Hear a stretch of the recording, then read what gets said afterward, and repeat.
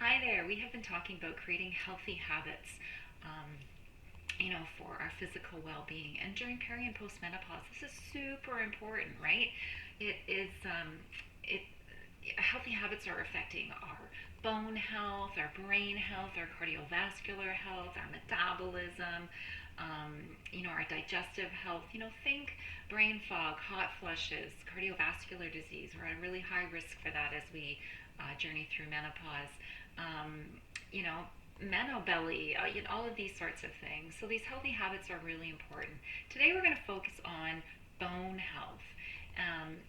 As we start to get to this part of our life, we lose the protective element of estrogen, and our bone density starts to decrease even more rapidly. And so we're at a higher risk of osteoporosis. And uh, 80% of the 24 million Canadians that are suffering with osteoporosis are women, and 1 in 3 women will suffer an osteoporotic fracture during their lifetime. So this is important stuff that, look to your left, look to your right. One of you will have a fracture from osteoporosis. So poor nutrition is just one of the risk factors. We're going to talk about that today, but if you're at risk, talk to your registered nutritionist or healthcare professional. And remember, every small change is going to matter. So let's talk about some changes that we can do, some little bites for bone health today. All right, I'm Nancy Brooker. I am a certified menopause coaching specialist and a certified advanced EFT practitioner and master life coach. So let's get to it. Okay, here are some of the main things that we want to remember. And this is really, really hard for women. We need to eat enough. I find at this age we're not eating enough. We're not eating enough, and we're not eating enough of the right things. But we have to get enough energy. It's super important.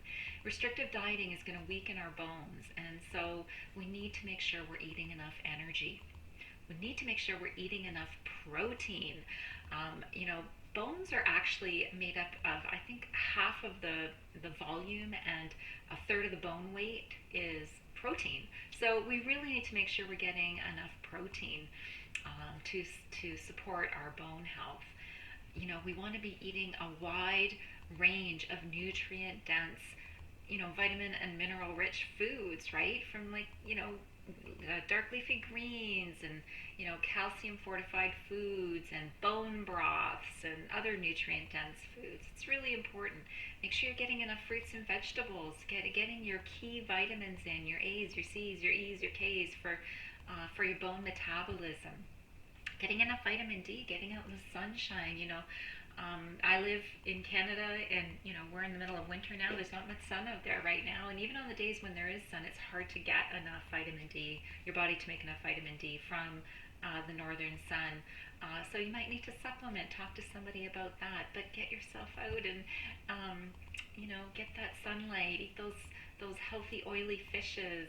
Fishes, is that the right word? I think it's fishes. um, Make sure you get enough fiber. Fiber is really important for our gut bacteria, and that in turn is really important for our bone health. So we need to make sure we're eating enough fiber, consuming enough healthy fats. Those omega 3s from oily fish. They're anti-inflammatory and they help with bone health. And finally, keeping our simple sugars low. This is a really hard one too. High sugars linked to low bone density and type 2 diabetes. You can have increased risk of fracture, those types of things. So, a nutritionist can help you get a formal meal plan together if you're in a risk category. And even if you're not, just so that you can start thinking about preventing even getting there. It's really important. Nutritionists can help you with that part. I can help you actually make the changes. Um, you know what are the things that are stopping you from doing it, from taking the action that and I don't think anything that I said was even rocket science. Like, we probably already even know all of that stuff, right?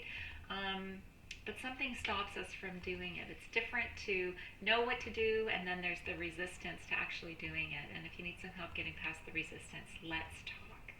I hope that was helpful for you. Remember, it's important to hit pause during menopause, right? But we want to hit play too. Life shifts, and so can you. Menopause is a groove, not a grind. So thanks for listening. I hope those tips were helpful, and I'll leave you with this. Menopause is a marathon, not a sprint, so fuel your body accordingly. Check out the resources in the down below there. Come visit me over at Living in Yes on Facebook. Please subscribe to this YouTube channel. I would love to hear from you. Have a great day.